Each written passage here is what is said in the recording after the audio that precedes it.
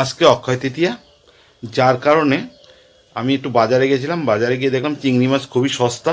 তো চিংড়ি মাছ সস্তা হওয়ার কারণে আমি 500 পরিমাণ চিংড়ি মাছ নিয়ে চলে এসেছি, আর একটু রুই মাছ নিয়ে চলে এসেছি। তো চিংড়ি মাছটাকে আজকে আমি করব সর্ষে পোস্ত দিয়ে ভাপা। দেখতে থাকুন আমি কিভাবে তৈরি করি। 3,000 years later. ভাপার জন্য আমি এখানে নিয়ে নিলাম কাঁচা লঙ্কা নিয়েছি, এক টুকরা আদা নিয়েছি, কটা কাজু বাদাম নিয়েছি, মগজদানা নিয়েছি, সর্ষে নিয়েছি এবং পোস্ত নিয়েছি। তো আমি এবার এটাকে ব্লেন্ডে চাপিয়ে দিলাম। হালকা একটু জল দিয়ে দেবো, নচেত এটা পুরোতে মিশতে ভালো হবে। জল দিয়ে দিলে একটু ভালো মিক্সিং হবে।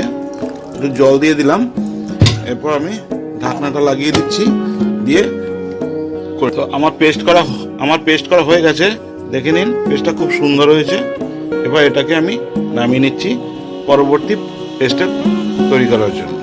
রুকো যারা, সবার করো। এবার একে একে আমি সবকিছু দিয়ে দেবো। প্রথমে দেবো চিংড়ি মাছগুলো,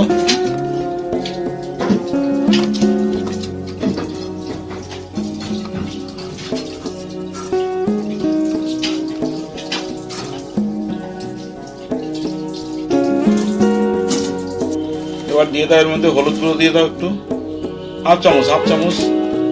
হ্যাঁ, বাস। এবার এই পোস্ত বাটাটা দিয়ে দাও।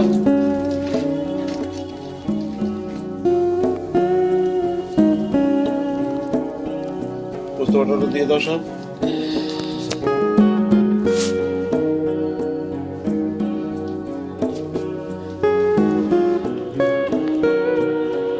এবার এটাকে ভালো করে মিক্স করে নিতে হবে। আমি মিক্স করে নিচ্ছি।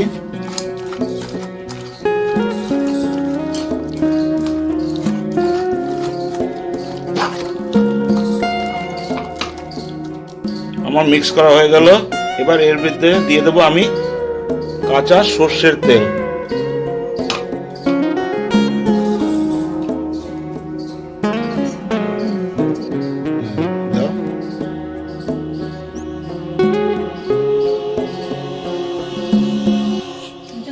একটু দাও, মাখো। মেখে দিচ্ছি এবার সর্ষের তেলটা দিয়ে।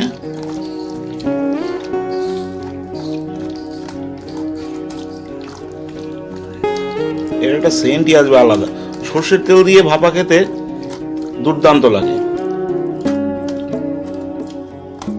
মনে হচ্ছে এখনই কাঁচা খেয়ে নিই।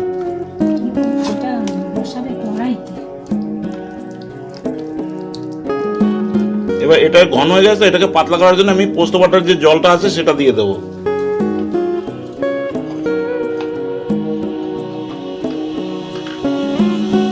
পোস্ত বাটার জলটা দিয়ে দাও,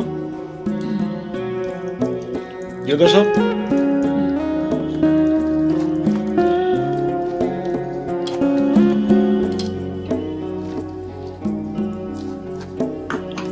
একটু নুন দাও,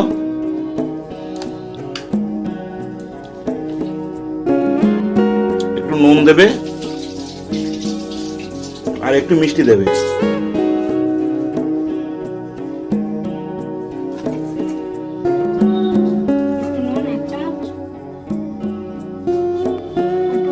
আর অল্প দাও একটু নুন দিয়ে আমি ভালো করে মাখিয়ে নিচ্ছি। বাস, একটু মিষ্টি দাও। আমরা তো চিনি খাই না, যার কারণে সুগার ফ্রি ট্যাবলেট দিয়ে দাও। একটা দাও, এটাই এর ভিতরে গলে যাবে। ঠিক আছে, এবার এইটা আমি অনেকক্ষণ রেখে দেবো সেট করে, ভালো করে মশলাটা ঢোকার জন্য। তারপরে যখন চাপাবো তার উপরে আমি আর একটু সর্ষের তেল আর কাঁচা লঙ্কা দিয়ে তারপর আমি এটাকে চাপাবো। A few moments later. লাগছে এটা দেখতে। এইটাকে যদি চাপানো হয় না, যা ভাপা হবে না। উপরে একটু সর্ষের তেল আর কাঁচা লঙ্কা ছড়িয়ে দেওয়া হয়েছে। এবার এটাকে ভাপা বসিয়ে দিচ্ছি। এই যে জল গরম বসিয়ে দিয়েছি। এবার এর ভিতরে এটাকে আমি সেট করে দিলাম, যাতে এমনভাবে জল দিলাম জলটা যেন এর ভিতরে না ওঠে। এবার আমি দিয়ে দেবো ঢাকনাটা এই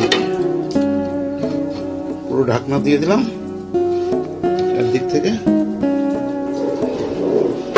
এবার এইভাবে আমি ছেড়ে দেবো 20 থেকে 25 মিনিট, তাহলেই তৈরি হয়ে যাবে আমার চিংড়ি মাছের ভাপা। 2 hours later. আর দেখুন কেমন তৈরি হয়ে গেছে আমার সর্ষে পোস্ত দিয়ে চিংড়ি ভাপা, সঙ্গে কাজু বাদামও দিয়েছি।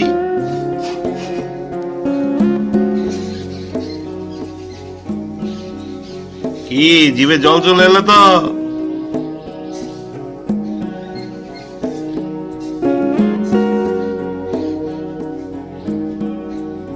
বাবু আজকে তো অক্ষয় তৃতীয়া, কি রান্না হলো একবার বলো সবাইকে।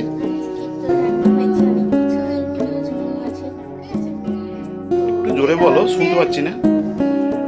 এটা হচ্ছে শাক, শাক দিয়ে শাক। চিংড়ি মাছের একটা ওই যে মাথা হয় না, হ্যাঁ। সেটা দিয়ে সুন্দর করে রান্না করা হয়। আচ্ছা, এখানে আছে ভাপা চিংড়ি, পোস্ত দিয়ে। হ্যাঁ। তারপরে এখানে আছে ডাল এখানে পাতুরি। ডাল পাতুরি, তারপরে এটা আছে মাছের ডিমের বড়া, আচ্ছা এটা হচ্ছে রুই মাছ। আচ্ছা। দারুণ খাবার। তোমার পছন্দ? তোমার সব থেকে এর মধ্যে বেস্ট খাবার কোনটা? এটা তোমার সব থেকে ফেভারিট? তাই? ইলিশ থাকলে ইলিশ খেতাম, কিন্তু ইলিশের পরিবর্তে অল্টারনেটিভ হিসেবে চিংড়ি। আচ্ছা, তাহলে ভাপাটা তোমার